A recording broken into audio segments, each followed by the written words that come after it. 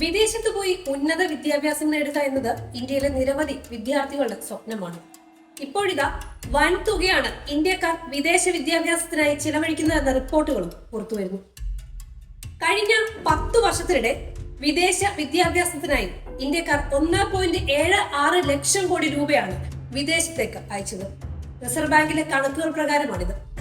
India ടുഡേക്ക് വിവരാവകാശ നിയമപ്രകാരം നൽകിയ മറുപടിയിലാണ് RBI ഇക്കാര്യം വ്യക്തമാക്കിയിരിക്കുന്നത്. ഒരു ദശാബ്ദം മുമ്പ് വിദേശ വിദ്യാഭ്യാസത്തിനായി ഇന്ത്യക്കാർ ചിലവഴിച്ചിരുന്നത് 2429 കോടി രൂപയായിരുന്നു. എന്നാൽ ഈ ദശാബ്ദത്തിലെ ഏറ്റവും താഴ്ന്ന തുക മുടക്കിയ 2023-24 വർഷങ്ങളിൽ പോലും അതിനേക്കാൾ കൂടുതൽ തുകയാണ് ഇന്ത്യയിൽ നിന്നും വിദേശത്തേക്ക് പോയത്. 2023-24 മാത്രം 29,000 കോടി രൂപയാണ് വിദേശ വിദ്യാഭ്യാസത്തിനായി ഇന്ത്യക്കാർ ചിലവഴിച്ചത്. ഈ കണക്ക് ഏറ്റവും ഉയർന്നത് 2022-23 വർഷങ്ങളിലാണ്. ഈ കാലയളവിൽ 29,171 കോടി രൂപയായിരുന്നു ഇന്ത്യക്കാർ മുടക്കിയത്.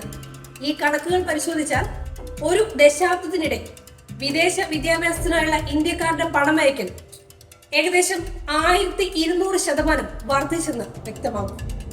കർശനമായ വിസ നിയമങ്ങൾ കാരണം 2024 പഠനത്തിനായി അമേരിക്ക അടക്കമുള്ള വിദേശത്തേക്ക് യാത്ര ചെയ്ത ഇന്ത്യക്കാരുടെ എണ്ണത്തിൽ 15% കുറവുണ്ടായി. എങ്കിലും 7.5 ലക്ഷത്തിലധികം വിദ്യാർത്ഥികളാണ് കഴിഞ്ഞ വർഷം രാജ്യം വിട്ടതെന്ന് ബ്യൂറോ ഓഫ് ഇമിഗ്രേഷൻ ഡാറ്റ പറയുന്നു.